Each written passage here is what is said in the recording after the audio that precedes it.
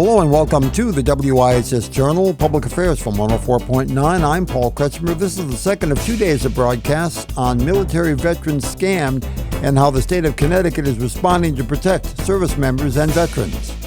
In Connecticut, Department of Veterans Affairs has offices in 5 locations to assist you. We have an office in Newington, Norwich, Milford, Fairfield, and Waterbury. Further information can also be found at our website, Connecticut Department of Veterans Affairs. Click on Office of Advocacy and Assistance. So as I close today, we are very fortunate in Connecticut to have an extremely competent Attorney General and Commissioner of Consumer Protection. And in the military, we know we have A teams and B teams. They have A teams just waiting and ready to take down those that want to harm your family's financial well-being. So if you feel like you're being scammed, please report activity as soon as possible to local, state, and federal authorities. They will investigate and prosecute. Thank you. You bet, sir. Well, Commissioner, as you know, we're not the A team. Our teams are the A team, and my consumer protection folks are here with us, and they do the work each and every day of protecting people here in Connecticut. And it's my honor to introduce our partner, Department of Consumer Protection Commissioner Brian Caffarelli. Thank you. Thank you. Well, I want to thank the Attorney General for having us here and for the great work that he and his office, his A-team, do, and bringing attention to this very important matter. And it was nice to meet you today, and welcome to your service, Commissioner. And thank you to the servicemen and women, in particular those in Connecticut who have made enormous sacrifices for our nation. And as has been pointed out by both of these gentlemen, that as a result of your service, unfortunately, you've become a target of scams. And they're going after your hard-earned, predictable benefits. According to the FTC data, in 2022 alone, scammers got almost $400 million from military service people and their families. It can be difficult from stopping these from happening altogether, but our goal here today collectively is to inform you and arm you with some tools to stop this from happening. Some of these common scams, has been noted, to look out for are charity frauds, as the Attorney General and the Commissioner went into. Imposter scams also is something that we've seen, where fraudsters will impersonate a government official and try to scam military men and women out of their benefits. We'd also like you to learn to recognize some of the red flags, which have also been pointed out. A deal that seems too good to be true, high pressure tactics and threats to get you to sign up for such things as credit monitoring, as was mentioned. It's free to active duty service members. All 3 credit reporting agencies offer that.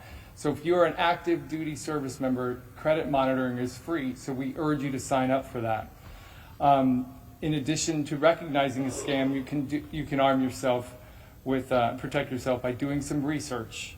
No legitimate or government agency will pressure you to make a decision immediately for fear of losing your benefits, so watch out for that. Like the Attorney General said, stop, take time, do your research, take the number, the name, and then reach out to those that you want to give to.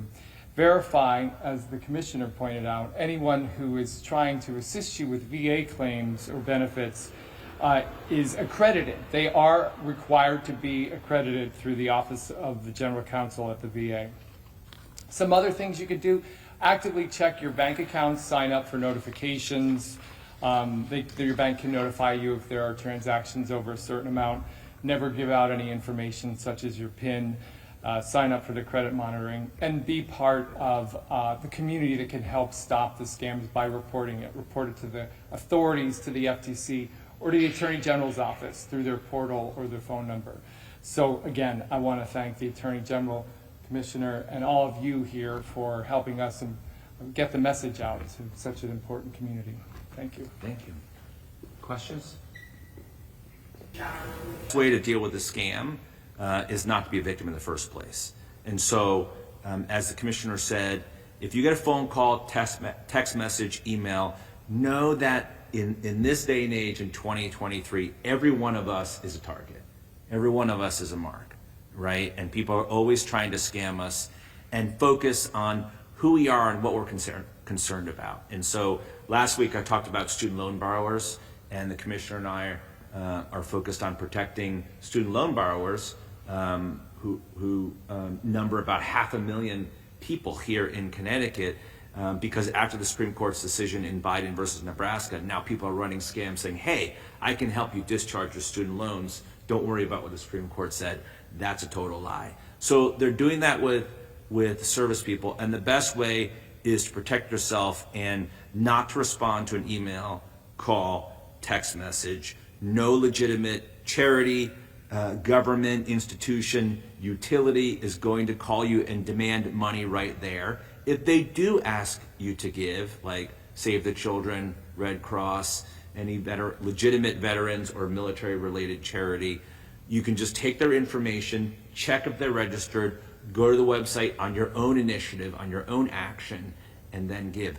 Don't fall for high-pressure tactics. That's really where it happens, is they know that, for example, it's not hard to figure out that National Guards people have been deployed, because I go to their send-off and we go to their return ceremonies, and it's not hard for scammers to know based on Facebook, Instagram, any other social media that somebody is deploying or they're abroad, and that's when they'll get a message. Hey, know that your husband or wife is abroad right now at deployment. We can loan you money. We can help you pay the bills. So the number that I've been using most recently are 170,000. But I think we have to think beyond that. Those are veterans that have served, but we also have several active duty members serving in places like Groton, Connecticut, with a submarine base, the Coast Guard Academy. There are approximately 5,000 in the National Guard, traditional citizen soldiers that are around the state between the Army and Air, and other reserve components, all the reservists that are out there. So 170,000 quickly blows up to over 200,000, and let's think about all their families, because as the Attorney General said, those are the ones that typically get scammed when they're the most vulnerable. On this WIHS Journal, a second of two parts, you have heard Attorney General William Tong, Connecticut Department of Veterans Affairs Commissioner Ronald P. Welch, and Connecticut Department of Consumer Protection Commissioner Brian T. Caffarelli, marking Military Consumer Month by urging service members, veterans, and their families to remain vigilant against scams which specifically target them.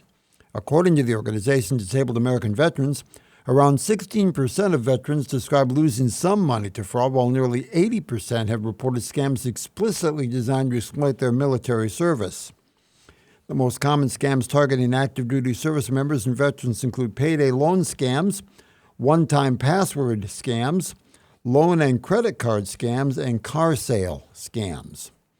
Also, fraudulent use of the military one-source name or logo. That organization is used to trick veterans or service members or their families if they are legitimate. Also, fake military charities or disreputable retailers, phony debt collectors, and credit monitoring schemes. To protect yourself or a loved one from any of these types of scams, keep in mind the following best practices.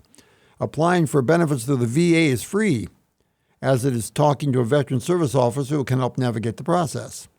Verify that anyone assisting with VA benefit claims is accredited. Anyone who assists veterans with VA benefits claims is required by law to be accredited through the VA Office of General Counsel. Actively check bank accounts, report a lost or stolen debit card, and any unauthorized transactions. Have your bank notify you of every transaction over a certain amount. Also, don't give out information used to authenticate your identity. Sign up for credit monitoring, and if you're deploying, put an active duty alert on all three of your credit reports with Experian, Equifax, and TransUnion. For further information, call us at 860-346-1049, 860-346-1049. The opinions expressed are those of the participants, not necessarily those of the staff or management of this station. I'm Paul Kretschmer for the WIHS Journal, Public Affairs from 104.9 WIHS.